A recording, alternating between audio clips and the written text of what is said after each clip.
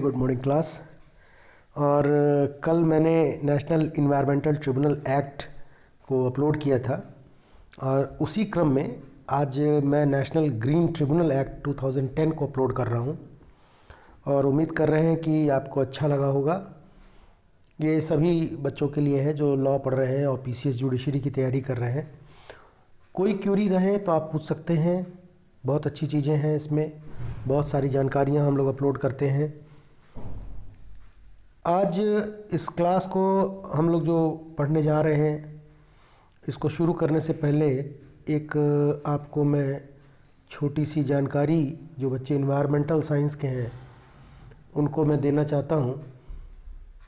जानकारी ये है कि आज मैं नासा की साइट, चूँकि डिपार्टमेंट ऑफ इन्वायरमेंटल साइंस उसके साथ काम करता है, उनकी क्लासेस चलती हैं हमारे यहाँ, तो देख रहा था तो नवंबर का जो सैटेलाइट डेटा मिला उसमें अर्थ का जो कार्बन डाइऑक्साइड का कंसंट्रेशन है वो 415 पार्ट्स पर मिलियन पहुंच गया है।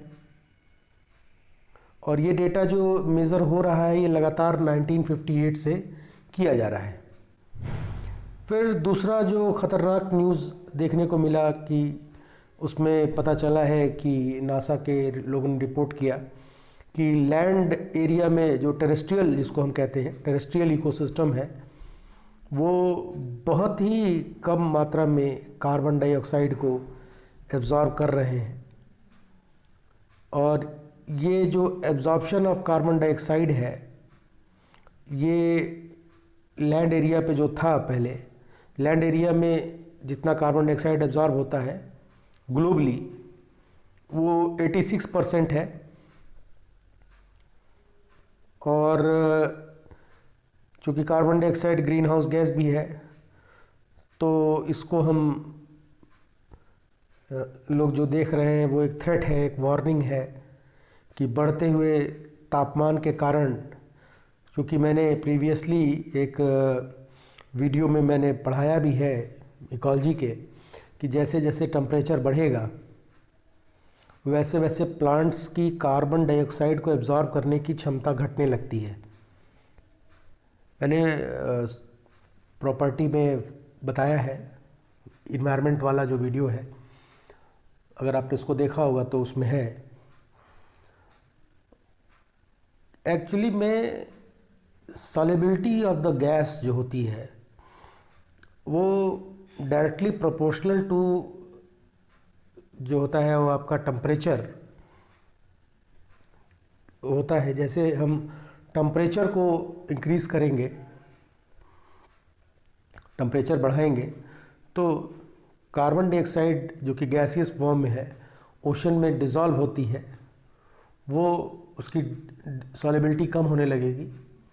यही चीज़ प्लांट्स में भी होता है, क्योंकि एनिमल तो कार्बन डाइऑक्साइड एब्जॉर्ब करेंगे नहीं, आपके ट्रीज़ और फॉरेस्ट ही करेंगे, और उनका भी एक लिमिटिंग है, फैक्टर है, उस लिमिट टेंडेंसी के बियॉन्ड वो नहीं जाएंगे। तो ये दोनों ही अलार्मिंग कंडीशन है, क्योंकि कार्बन डाइऑक्साइड की मात्रा जैसे जैसे अर्थ पे इंक्रीज़ करेगी कंडीशन बिकम मोर प्रॉब्लमेटिक, क्योंकि वो ब्लैंकेट इफेक्ट बहुत ख़तरनाक हो जाएगा। जल्द ही जो है हम लोग इस पे भी एक वीडियो डालेंगे ग्लोबल वार्मिंग को लेकर। तो शुरू करते हैं आज का लेक्चर। और नेशनल ग्रीन ट्रिब्यूनल एक्ट 2010 और माई सेल्फ डॉक्टर प्रकाश, जैसा कि हम लोग प्रीवियस पढ़े थे, नेशनल इन्वायरमेंटल ट्रिब्यूनल एक्ट 1995, उसमें 5 चैप्टर 31 सेक्शन थे और वो अमेंड हुआ था 2010 में। और वो 2010 में जो अमेंड हुआ, आई बटन पर आ जाएगा, देख लीजिएगा, उसमें मैंने बताया जो 2010 में जो अमेंडमेंट हुआ वही नेशनल इन्वायरमेंटल ट्रिब्यूनल एक्ट को नेशनल ग्रीन ट्रिब्यूनल एक्ट में कन्वर्ट कर दिया गया। और भी बहुत सारी चीज़ों में चेंजेस आया है।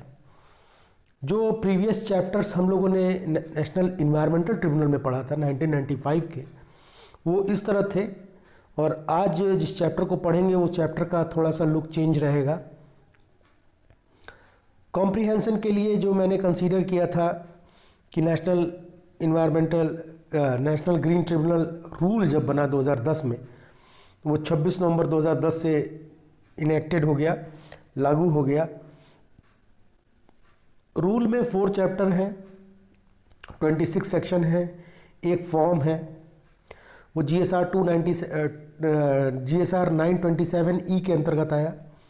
रूल में अमेंडमेंट हुआ है, ये ध्यान रखिएगा। अब जो 2010 के बाद जो अमेंडमेंट हुआ NGT में, वो रूल में अमेंडमेंट हुआ है 2012, 13, 17, 18, 19 में। और जो नेशनल ग्रीन ट्रिब्यूनल रूल 2010 है, इस रूल का एक पूरा नाम है, एक मुकम्मल इसका एक नाम दिया गया, और उसका नाम है आपका manner of appointment of judicial and expert member, salaries, allowances. देखिए, मैंने आपको एक चीज़ बताई थी ना, एयर रूल, वाटर रूल में सैलरी और अलाउंसेस रूल के अंतर्गत आते हैं, वही चीज़ यहाँ पर है। Salary and allowances and other terms and conditions, service of chairperson and other members and procedures of inquiry rule 2010। इतना बड़ा इसका नाम है, नेशनल ग्रीन ट्रिब्यूनल रूल 2010 का। नेशनल ग्रीन ट्रिब्यूनल रूल 2011 भी आया, इसका नाम था practice and procedure, national green tribunal practice and procedure rule 2011। ये 4 अप्रैल 2011 को आया। 37 सेक्शन इसमें दिए गए, 6 फॉर्म्स हैं, GSR 296E के तहत आया। इसमें एक बार अमेंडमेंट हुआ 2017 में, माइनर अमेंडमेंट है।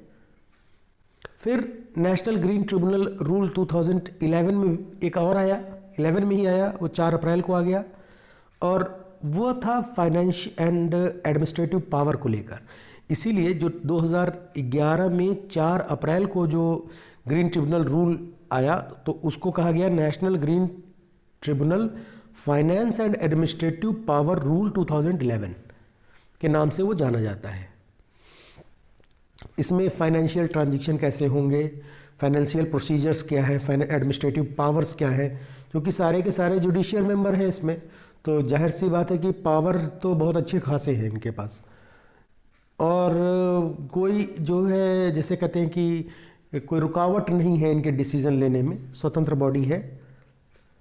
और आज हम लोग नेशनल ग्रीन ट्रिब्यूनल एक्ट 2010 को एक्सप्लोर कर रहे हैं। एक बच्चे ने पूछा था कि प्रकाश सर, आप हमको हमेशा जब भी वीडियो आप अपलोड करते हैं, रात में भी करते हैं, तो गुड मॉर्निंग क्यों बोलते हैं? तो भाई, एक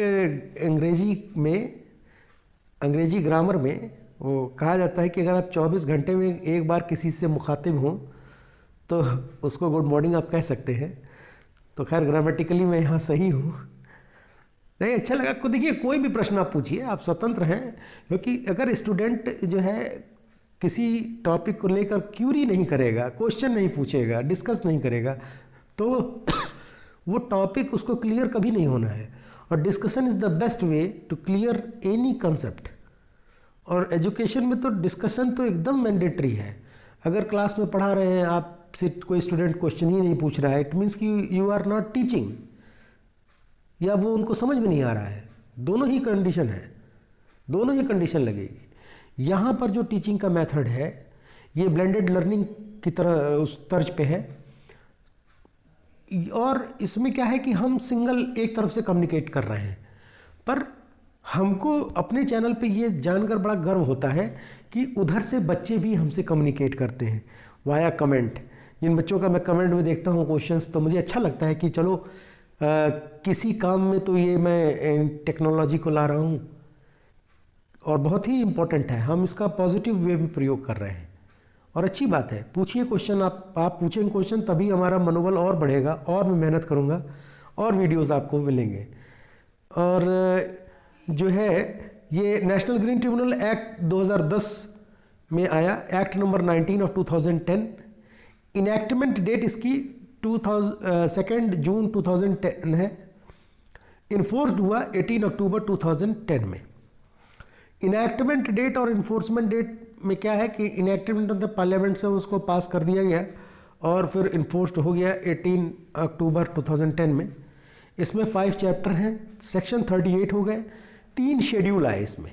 इसमें 3 नए शेड्यूल इंट्रोड्यूस हुए, उसको भी हम देखेंगे वीडियो के लास्ट में।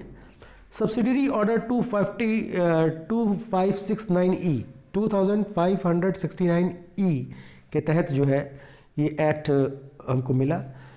इसके पीछे कहानी है कि चूंकि हम लोग स्टॉकहोम कॉन्फ्रेंस को भी साइन किए थे और रायो डी जेनेरो डिक्लेरेशन भी हुआ रिगार्डिंग क्लाइमेट चेंज और ग्लोबल वार्मिंग को लेकर, और हमने मॉन्ट्रियल प्रोटोकॉल जैसे चीज़ों को देखा। तो जब हम इतने बड़े आयाम पे इन्वायरमेंट को देख रहे हैं और हम देख रहे हैं कि पूरे दुनिया में पर्यावरण को लेकर हर कंट्री जागरूक है, कहीं तो सरकारें गिर जाती हैं पर्यावरण को लेकर, तो इन मुद्दों को पे फोकस होना हमारे लिए बहुत ही अच्छा था। तत्कालीन प्रधानमंत्री श्रीमती इंदिरा गांधी जी ने जो है स्टेप उठाया इसको लेकर, और जो तिवारी कमेटी थी जिन्होंने विजिट किया स्टॉकहोम कॉन्फ्रेंस को, फिर वहाँ से जो वो आए और रिपोर्ट दी, तो उसी आधार पर लॉज बनने शुरू हुए इन्वायरमेंट के। हालांकि छूट-पुट लॉ थे हमारे पास, मद्रास वाइल्ड लाइफ एक्ट था, और उसके बाद से जो है फॉरेस्ट का एक एक्ट बना हुआ था, पर उतना इंटेंगल्ड नहीं था कि हम किसी जो है पर्सन को टैकल कर पाएँ जो कि कंट्रावेन कर रहा है लगातार पर्यावरण में हो रहे नुकसान की भरपाई के लिए, वो नुकसान करके भाग जाए। ऐसे लोगों को ट्रैक करने के लिए हमारे पास कोई लॉ होना चाहिए जो बहुत पावरफुल हो। तो मेरे हिसाब से 2 चीज़ें बहुत पावरफुल हुई इन्वायरमेंट के क्षेत्र में। पहला जो सबसे बेहतरीन कदम था वो 1986 में इन्वायरमेंटल प्रोटेक्शन एक्ट बना, और उसके बाद से 1995 में आपका एनजी नेशनल इन्वायरमेंटल ट्रिब्यूनल बना, और उसके बाद ये स्टेप जो है उठाया गया। उस समय जयराम रमेश जी थे, और जयराम रमेश जी काफ़ी इनोवेटिव, मैंने उनकी कई सारी चीज़ों को देखा है इन्वायरमेंट को लेकर। आज जो ministry of environment and forest है ये उन्हीं की देन है। ये जो डिक्लेरेशन साइन होने शुरू हुए जब ऑल ओवर वर्ल्ड में स्टॉकहोम के बाद से, तो ये सारी चीज़ें उभर कर सामने आनी शुरू हुई कि हमको एक अलग डिपार्टमेंट चाहिए, अलग एक ऑफिस चाहिए, अलग एक जो है लॉज अबाइड जो कहते हैं इन्फोर्स करे ऐसी गवर्निंग बॉडी चाहिए। तो उसके अंतर्गत ये जो है ये सारी चीज़ें बननी शुरू हुई। इसमें चैप्टर्स देखिए, chapter 1 preliminary, chapter 2 establishment of tribunal, अब वहाँ पे क्या था और यहाँ देखिए क्या आ गया। फिर इसके बाद चैप्टर 3 है jurisdiction power proceeding of tribunal, chapter 4 पूरा पेनाल्टी है, और चैप्टर 5 मिसलेनियस। तो चैप्टर 1 की शुरुआत करते हैं। चैप्टर 1 सिंपली है, इसका section 1 as usual short title and commencement होता है। शॉर्ट टाइटल एंड कमेंसमेंट में हम क्या करते हैं, जो हमने यहाँ कहा है इसी को पैराग्राफ फॉर्म में लिखा जाता है, वो मैंने लिख रखा है। सारे नोट्स यहाँ बने हुए हैं, आप स्क्रीनशॉट लेंगे तो आपका नोट्स तैयार हो जाएगा, डोंट वरी, आप बस इसको समझिए, क्योंकि हमको समझना कोई चीज़ बहुत ज़्यादा ज़रूरी होता है। आपको बताऊं मैं, किसी चीज़ का फंडामेंटल ना बहुत ही कहते हैं कि सरल होता है, और अगर फंडामेंटल आप समझ गए हैं तो वो टॉपिक कितना भी कठिन मोड़ कर घुमा कर हम आपसे पूछें तो आप उसका आंसर दे जाएंगे। तो फंडामेंटल्स को आप समझिए, बाकी तो नोट्स यहाँ पे लिखा है जो आप अपने कॉपी में लिखना चाहते हैं या अपनी जुडिशरी की तैयारी के लिए चाहते हैं। तो 2010 में जो अमेंडमेंट हुआ, उस अमेंडमेंट के दौरान जो है नेशनल इन्वायरमेंटल ट्रिब्यूनल कन्वर्ट हो गया नेशनल ग्रीन ट्रिब्यूनल में, और बहुत सारी चीज़ें सेम हैं, देख रहे होंगे आप। सेम क्या नहीं है वो देखिए, वो चीज़ छांटिए। अब हम आपको छटाते हैं। जैसे पूरे लॉ में केवल वाटर एक्ट एक ऐसा एक्ट है जिसमें ज्वाइंट बोर्ड है, और एनजीटी और एनईटी एक्ट के अंतर्गत एक आदमी गायब है। एनईटी में वाइस चेयरपर्सन की नियुक्ति होती है, एनजीटी में वाइस चेयरपर्सन नहीं है। वाइस चेयरपर्सन एनजीटी में नहीं है, चेयरपर्सन है, उसके बाद से एक्सपर्ट मेंबर्स हैं। जो उस फील्ड के माहिर होंगे अपने, पर वो जुडिशियल मेंबर नहीं होंगे। ध्यान रखिएगा, जुडिशियल मेंबर अलग हैं, चेयरपर्सन अलग है, एक्सपर्ट मेंबर अलग है। 3 मेंबर हो गए। अगर आप थोड़ा सा और इसको इजी करें हम, तो मेंबर शब्द को पकड़ें तो देखिए 2 मेंबर हैं, जुडिशियल मेंबर, एक्सपर्ट मेंबर। 2 ही मेंबर हैं, जुडिशियल और एक्सपर्ट। चेयरमैन तो रहेगा ही रहेगा, जुडिशियल मेंबर और एक्सपर्ट मेंबर। वाइस चेयरमैन या वाइस चेयरपर्सन नहीं है, इसमें वाइस चेयरपर्सन नहीं है, इसमें मेंबर सेक्रेटरी नहीं है। देख रहे हैं? तो नंबर ऑफ मेंबर्स होने पर क्या होता है कि रिपोर्टिंग करने में बड़ी प्रॉब्लम होती है। रिपोर्टिंग करने में चैनल लंबा हो जाता है, तो जितना लंबा चैनल उतना ही वर्क स्लो हो जाता है। तो चैनल्स को इन्होंने कम किया, चैनल्स को कम किया। एक्सपर्ट मेंबर्स जुडिशियल मेंबर्स नहीं होते। ये एक्सपर्ट होंगे अपने एनवायरनमेंट के फील्ड के, एनवायरनमेंट फील्ड में एनवायरमेंटल इंजीनियरिंग के होंगे, एनवायरमेंटल माइक्रोबायोलॉजी के होंगे, एनवायरमेंटल बायोटेक्नोलॉजी के होंगे, एनवायरमेंटल जो है आपका केमिस्ट्री के होंगे। समझ रहे हैं? और ध्यान रखिए, एनवायरमेंट आगे लगा है, मीन्स कि उनका जो डिग्री डिवीजन एकेडमिक्स क्वालिफिकेशंस आते हैं वो एनवायरमेंट से आने चाहिए। फिर इसके बाद से जो है बाकी तो सेम ही चल रहा है, पब्लिक हजार्डस सब्सटेंस है और आप हैंडलिंग ऑफ हजार्डस सब्सटेंस है। इसके बाद जुडिशियल मेंबर आएंगे। जुडिशियल मेंबर ट्रिब्यूनल के वो मेंबर होंगे जो जुडिशरी बॉडी को लेकर चलेंगे। जुडिशियल मेंबर में जो मेंबर होंगे वो चेयरपर्सन होंगे। इन केस, अब यहां वाइस चेयरपर्सन लिखा है तो आप कंफ्यूज मत होइए। इन केस अगर चेयरपर्सन नहीं है उस समय, तो वाइस चेयरपर्सन बनाया जाएगा। किसको? जो मेंबर एकेडमिक्स और जुडिशरी क्वालिफिकेशन में सीनियर मोस्ट होगा, और वो क्षणिक होता है, for the time being, in the absence of chairperson. वो इसीलिए डेफिनेशन में वाइस चेयरपर्सन का जिक्र नहीं है। समझ रहे? इसीलिए डेफिनेशन में वाइस चेयरपर्सन का जिक्र नहीं है। मैंने बहुत ढूंढा है कि भाई यहाँ पे जो है आपका वाइस चेयरपर्सन लिख रहे हैं और आप कहीं डेफिनेशन में बता नहीं रहे हो। तो मैंने पता किया और जब मैं पढ़ा इसको तो ये चीज़ें उभर कर सामने आई। फॉर अ टाइम बिंग, मान लीजिए कि चेयरपर्सन किसी कारणवश छुट्टी पर है, हेल्थ इशू से या कोई इशू से, तो उस दौरान जो जुडिशियल मेंबर में सीनियर मोस्ट होगा उसको अपॉइंट किया जाएगा फॉर टाइम बिंग। उसको हम चेयरपर्सन नहीं कहेंगे, उसको हम वाइस चेयरपर्सन कहेंगे।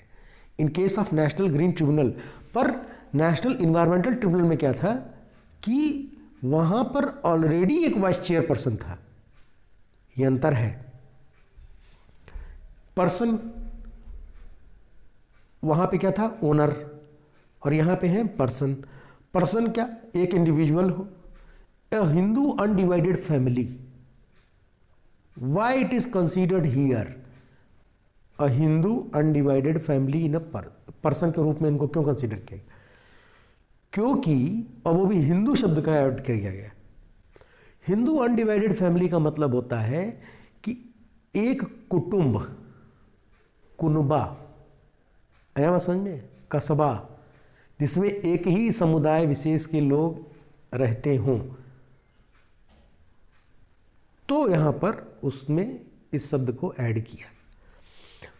कोई एक कंपनी हो, पर्सन में कंपनी भी आएगी, पर्सन में फर्म भी आएगा, पर्सन में एसोसिएशन ऑफ पर्सन आएगा। मान लीजिए कि किसी पर्सन की पेशी एनजीटी में होनी है, ठीक है, किसी कंपनी की गलती से, तो वो वहां पे वो कंपनी किसी पर्सन को ऑथराइज करके अपनी जगह पर भेज सकती है, या एनजीटी ने किसी को जांच करना है तो वो अपॉइंट करके, एसोसिएट करके भेज सकता है।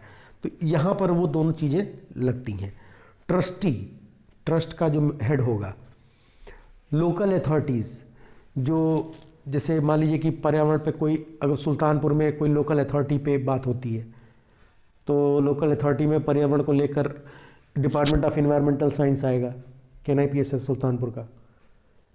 तो जाहिर सी बात है उसके हेड को पूछा जाएगा, उसके हेड को एंटरटेन किया जाएगा, तो वो चीज़ें लोकल अथॉरिटी में आती हैं। ये नहीं है कि लोकल अथॉरिटी में कोई भी हो जाएगा कि जो है हम पर्यावरण के लिए काम कर रहे हैं तो हम लोकल अथॉरिटी में आ जाएंगे, ना ना ना ना। जब लोकल अथॉरिटीज़ की बात आएगी तो लोकल अथॉरिटीज़ में वो व्यक्ति आएंगे जो उससे इंटेंगल्ड होकर वर्क कर रहे हों with experience related to subject के। फिर वर्कमैन प्रिंसिपल मैंने बताया था, वर्कमैन कंपनसेशन एक्ट 1923। वर्कमैन क्या है? किसी प्रीमिसेस में अगर कोई भी एक्सीडेंट होता है, एक्सीडेंट को परिभाषित किया गया है यहाँ पे, कोई भी एक्सीडेंट होता है तो क्या होगा, उस कंपनी का जो वर्कर होगा वो इस वर्कमैन कंपनसेशन के अंतर्गत आता है। और वही एक्सीडेंट से कंपनी के कैंपस के बाहर का कोई व्यक्ति प्रभावित होगा तो वह सिविल जुरिडिक्शन में आता है। फिर उसको compensation public liability insurance act के अंतर्गत मिलती है। जैसे एक दिन मैं एक लॉ पढ़ा रहा था तो मुझसे एक बच्चे ने पूछा कि क्या पुलिस किसी छात्र को कॉलेज में घुसकर पीट सकती है? तो जी हाँ, बिल्कुल पीट सकती है। कैसे? मैं बताता हूँ। कॉलेज का जो गेट होता है, ठीक है, कॉलेज के गेट का एक नियम है, आप ये जानकर ताजुब करेंगे। कॉलेज का जो प्रीमाइसेस होता है वो अंडर UGC रेगुलेशन आता है, तो वहाँ पुलिस इंटरवेन नहीं करेगी। परंतु अगर वही लड़का कॉलेज के बाहर, गेट के बाहर, कॉलेज प्रीमाइसेस के बाहर कोई ऐसी हरकत करता है, बदमाशी करता है, तो वो सिविल जुरिडिक्शन में आता है। और उस सिविल जुरिडिक्शन में आने के बाद फिर उस लड़के को पुलिस पकड़ सकती है। अगर वो कॉलेज के अंदर भागा तो भी जाकर पकड़ सकती है, उसको फुल अथॉरिटी है, फुल अथॉरिटी हो जाती है, क्योंकि वो उसने हरकत कॉलेज कैंपस के बाहर की है और उसको दौड़ा के वो पकड़ेगी। अब दौड़ाने के केस में वो स्कूल के अंदर घुस जाएगा तो भी पकड़ेगी उसको, तो भी वो अपराधी माना जाएगा, अपराधी की श्रेणी में आएगा। तो वर्कमैन प्रिंसिपल जो आपका कंपनसेशन एक्ट है 1923 का, इस 1923 के एक्ट के अनुसार जो है NGT पेमेंट कराती है। ये नोट करने के लिए आपके, इसको आप नोट कर सकते हैं अपने लिए, आगे भी हम इसको बताएंगे NGT किस तरह से किन किन लॉज पे काम करती है। आप इसको एक सरसरी नज़र देख लीजिए कि NGT deals with the civil cases under the 7 law related to the environment which include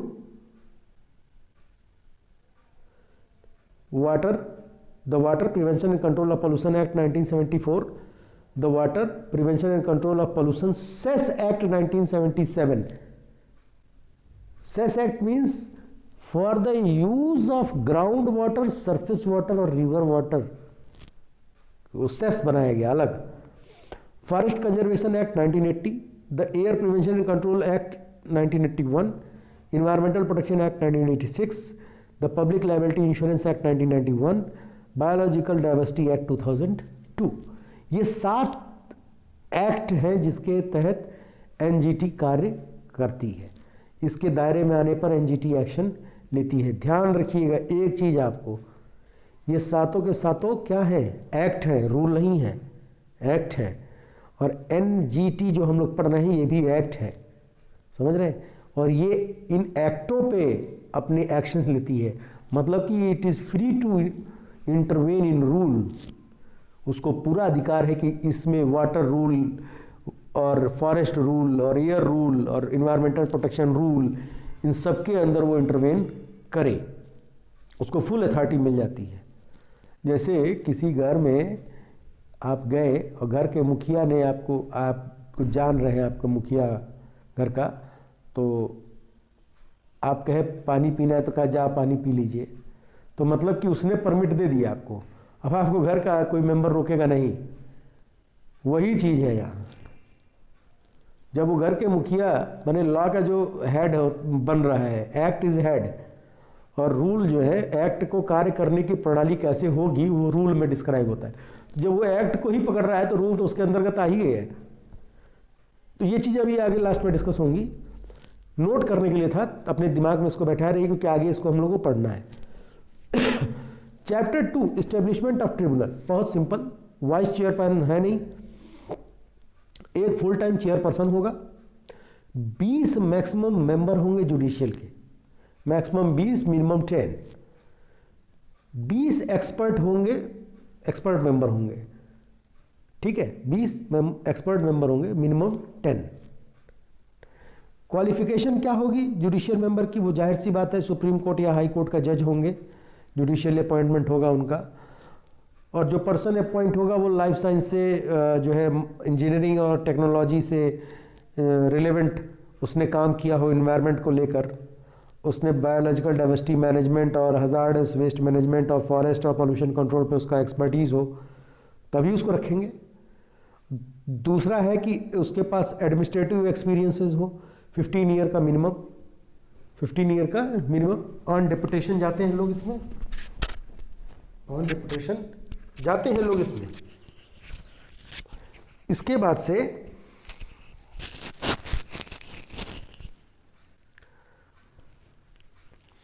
आपका अपॉइंटमेंट का बात आता है। अपॉइंटमेंट की बात जब हम करते हैं तो subject of provision chairperson, judicial member और एक्सपर्ट मेंबर का अपॉइंटमेंट सेंट्रल गवर्नमेंट के द्वारा होता है, सिंपल है। टर्म्स ऑन ऑफिसर्स का जो टर्म्स और होगा वो चेयरपर्सन का होगा 70 ईयर्स, जुडिशियल मेंबर का होगा 67 ईयर्स, एक्सपर्ट मेंबर का होगा 65 ईयर। इतने ड्यूरेशन उनका एज लिमिट है ये। रिजिग्नेशन, जो ट्रिब्यूनल का हेड होगा वो रिजिग्नेशन सेंट्रल गवर्नमेंट को बाई एड्रेस करता हुआ सबमिट कर सकता है। वहाँ पे क्या था, रिजिग्नेशन सबमिट होगा to the president of India. Salary और अलाउंसेस जो है वो सब चेयरपर्सन के सेंट्रल गवर्नमेंट के ही उसके अंदर होंगे। किसी व्यक्ति को निकालना है, किसी ने कोई ऐसा कंडक्ट किया जिससे इसको टर्मिनेट करना है या इसका रिमूवल है, तो उसके लिए जो प्रावधान है वो है कि कुछ पॉइंट्स दिए गए हैं जिसमें कि वो इंसॉल्वेंट हैं और जो है उनका तारतम्य नहीं बन रहा है, मोरली वो गलत हैं, मेंटली वो इनकैपेबल हैं, और जो है किसी प्रेजुडिस में है, दबाव में वो कार्य कर रहे हैं, ठीक है, और वो अपने कोई लीगल इंटरेस्ट या पब्लिक इंटरेस्ट के लिए जो है किसी को एब्यूज़ या इंटरटेन कर रहे हैं, उस केस में टर्मिनेशन इसमें होता है, सीधे टर्मिनेशन होता है। Jurisdiction, power and proceeding of tribunal की बात करें तो ट्रिब्यूनल जो है वो शेड्यूल 1 के अंतर्गत अपना डिस्प्यूट को हल करने के लिए डिज़ाइन है। कौन कौन से शेड्यूल 1 में आएंगे वो भी हम लोग पढ़ेंगे। ट्रिब्यूनल कौन कौन से डिस्प्यूट को सॉल्व करता है वो शेड्यूल 1 में दिया गया है। रिलीफ, कंपनसेशन एंड रीइंस्टीट्यूशन में आता है कि जो विक्टिम है, जिसका प्रॉपर्टी डैमेज हुआ है, जिसका जो इन्वायरमेंट का एरिया डैमेज हुआ है, उसका जो है कंपनसेशन करने के लिए ट्रिब्यूनल जिम्मेदार है। उस व्यक्ति को पकड़ना जो अब्सकॉन्डर है, जिसने जो है डैमेज किया है, तो उसको पकड़ना, उसके ऊपर कार्रवाई करना। लायबिलिटी टू पे रिलीफ और कंपनसेट इन सर्टेन केसेस, तो इसमें जो है पूरा का पूरा पब्लिक लायबिलिटी इंश्योरेंस लगता है, परंतु एक चीज़ इसमें अलग से ऐड की गई है कि इन केस ऑफ एक्सीडेंट, अगर कोई दुर्घटना अचानक से हो जाती है तो जो ट्रिब्यूनल है वो नो फॉल्ट के सिद्धांत पर काम करता है। मतलब पहले उसने मान लिया कि किसी की कोई गलती नहीं, चलो एक्सीडेंट हो गया, ठीक है, उसके बाद से वो रिलीफ फंड रिलीज कर देगा, ठीक, उसके बाद इंक्वायरी सेटअप होती है, फिर बेंच बनते हैं। तो पहला तो इसने सीधे ख़त्म कर दिया, इंक्वायरी को पहले नहीं लिया, उसने सीधे पहले रिलीफ फंड पे जोर दिया, रिलीफ करने पे जोर किया। फिर एप्लीकेशंस कौन कौन ट्रिब्यूनल को दे सकता है, सेम है वैसे ही, जो पर्सनल इंजरी हो, जिसकी प्रॉपर्टी डैमेज हो, जो कि इन्वायरमेंट डैमेज होने पर होता है, आप कंपनसेशन की डिमांड कर सकते हैं। रिप्रेजेंटेटिव बॉडी, लॉ में मैं हमेशा बताता हूँ दो चीज़ें बहुत मायने रहती हैं, ब्लड रिलेशन और एक नॉमिनी, जैसा कि उसमें मैंने बताया, सेम वही चीज़ है, सेम वही चीज़ है। Application in case of union territory, central government और स्टेट गवर्नमेंट के स्टेट पोल्यूशन कंट्रोल बोर्ड के अधिनियम और जो एनवायरमेंटल प्रोटेक्शन एक्ट 1986 के अंतर्गत वो जो है अपील कर सकते हैं ट्रिब्यूनल में। फिर procedure and power of the tribunal है सम्मन इन्फोर्स करना। 1908 कोड ऑफ सिविल प्रोसीजर के अंतर्गत जो है सम्मन, recovery, receiving of evidence on affidavit. फिर आपका subject of provision section 123, 124 Indian evidence act 1872 के अंतर्गत कोई भी डॉक्यूमेंट को कॉल करना। फिर जो है आपका कमीशन एग्जामिनेशन करना, विटनेस करना, डॉक्यूमेंट का सत्यापन करना, रिव्यूइंग ऑफ इट्स डिसीजन, मतलब अपने ही डिसीजन को रिव्यू कर सकती है। जैसे मान लीजिए एनजीटी ने कभी आपके लिए अच्छा निर्णय दे दिया पर आपने काम कर लिया गलत, तो आप वो अपने डिसीजन को रिव्यू करके आपके ऊपर पेनल्टी लगा सकती है। फिर डिसमिस कर सकती है, एक्स पार्टी नियम है उनके पास। फिर डिसमिसल है का अधिकार है, स्टे का अधिकार है। और फिर शेड्यूल 1 के अंतर्गत जो भी आपके आएंगे उनको जो है उनके ऊपर ऑर्डर कैसे इशू करें, उनके जो है वायलेशन को कैसे टैक्टिकली हैंडल करें, ये सारे अधिकार उनके पास हैं। फिर इसके बाद से इंडियन पेनल कोड 1860 45 ऑफ 1860 के अंतर्गत जो है आपका सेक्शन 193 टू 219 एंड 288 के अंतर्गत जो है इंडियन पेनल कोड के वो कोड ऑफ क्रिमिनल प्रोसीजर के अंतर्गत 1973 के अपना कार्य करती है। ये उसके पास संवैधानिक अधिकार है, उसके पास बहुत पावर है। एनजीटी मतलब कि आप हल्के में नहीं लीजिए, अभी आप देखेंगे आगे इसको। फिर ट्रिब्यूनल जो है सर्टेन किस सिद्धांत पर ट्रिब्यूनल का काम है, पॉल्यूटर पे के आधार पर, पॉल्यूटर पे प्रिंसिपल पे काम करती है। पॉल्यूटर पे द प्रिंसिपल, जो पॉल्यूट करेगा उसको पेमेंट करना ही करना है। डिसीजन इसमें भी मेजॉरिटी लेवल पे लिया जाता है, इसमें सारे मेंबर्स इन्वॉल्व होते हैं, पॉइंट्स होते हैं। फिर जो अमाउंट कलेक्ट किया जाता है वो रिलीफ फंड में ट्रांसफ़र किया जाता है। और फिर अगर कोई दुर्घटना होती है तो पब्लिक लायबिलिटी इंश्योरेंस एक्ट, लोग कहते नहीं कि इतना पेनल्टी ले लिए क्या करेंगे उसका, ये सारा रिलीफ फंड में आता है, सारा रिलीफ फंड में आता है पब्लिक लायबिलिटी इंश्योरेंस के। और यहाँ से फिर जैसे जैसे दुर्घटना होती है सरकार वहाँ उस फंड को ट्रांसफ़र करती है।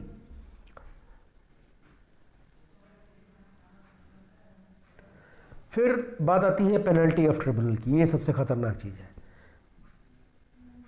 3 साल की जेल और 10 करोड़ रुपए का जुर्माना लगता है मिनिमम। नेशनल इन्वायरमेंटल ट्रिब्यूनल में क्या था, 3 साल की जेल और 10 लाख का जुर्माना, और अब क्या है 3 साल की जेल और 10 करोड़ रुपए जुर्माना, या दोनों। अब फिर भी नहीं सुधर रहे हैं तो 25,000 रुपए जुर्माना प्रतिदिन। और इतना होने के बाद भी कंपनियां गलती कर रही हैं तो जुर्माना जो है वो 25 करोड़ रुपए हो जाता है डायरेक्टली। और 25 करोड़ रुपए जुर्माना हो गया और फिर भी आप नहीं मान रहे हैं तो एडिशनल फाइन में भी extended to 1 lakh rupees every day, प्रतिदिन। जैसे मान लीजिए, और ये पेनल्टीज कैसे लगती हैं, एनजीटी ने कोई आदेश किया, आपने उल्लंघन कर दिया, बस आप उसके एक चीज का उल्लंघन करोगे, ये सारी पेनल्टी आपके ऊपर दगनी है बड़ा से। और घर बिक जाना है, कंपनी के ओनर का घर बिक जाना है, उसको देने देना है, उसको देना ही देना है, वो कहीं भाग नहीं सकता, क्योंकि क्रिमिनल प्रोसीजर भी इसके अंतर्गत आता है। क्रिमिनल जो है कोड ऑफ क्रिमिनल प्रोसीजर 1973 के अंतर्गत के कार्य करती है। देख रहे हैं, 3 साल आपने कोई भी एक भी उसका नियम का उल्लंघन किया तो देखिए 3 साल का जुर्माना, कैद और 10 करोड़ रुपए फाइन, या दोनों। और इन केस ऑफ फिर गलती कर दिया, नहीं सुधर रहे तो 25,000 रुपये प्रतिदिन जुर्माना देंगे।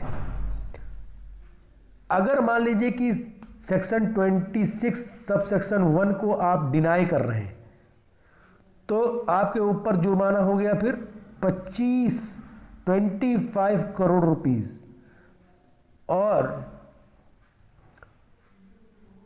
जो आपका एडिशनल फाइन है वो 1 लाख रुपीस पर डे चलेगा, इतना आपको देना पड़ेगा। फिर मिसलेनियस में बार्स एंड जुरिडिक्शन आता है सेक्शन 29, जिसके अंतर्गत वो एक्सरसाइज करती है अपने पावर को। Members and staff of tribunal are work as public servant under Indian penal code 1860 section 21। फिर सेक्शन 21 ये लिखा है, ऐसा नहीं तो ये समझ लीजिए कि 31 पढ़ा रहे हैं, 21 बता रहे हैं।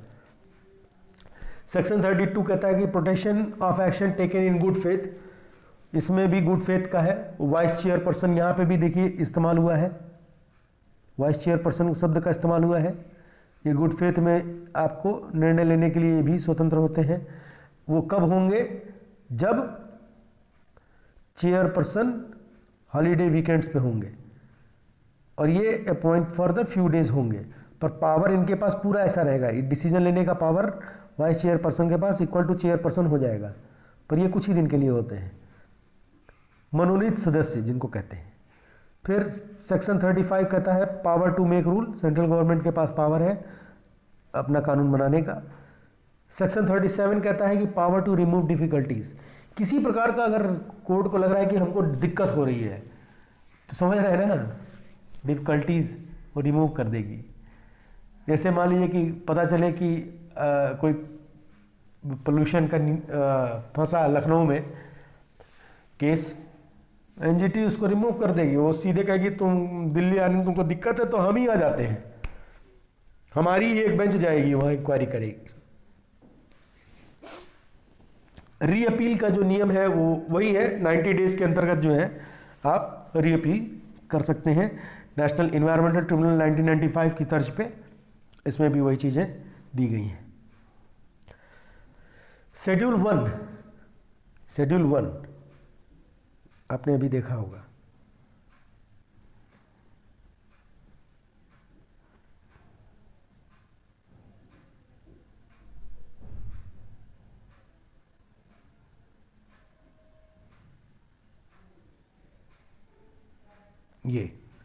ये चीज़ शेड्यूल 1 के अंतर्गत, और इसमें आप देख रहे हैं एक चीज़, ये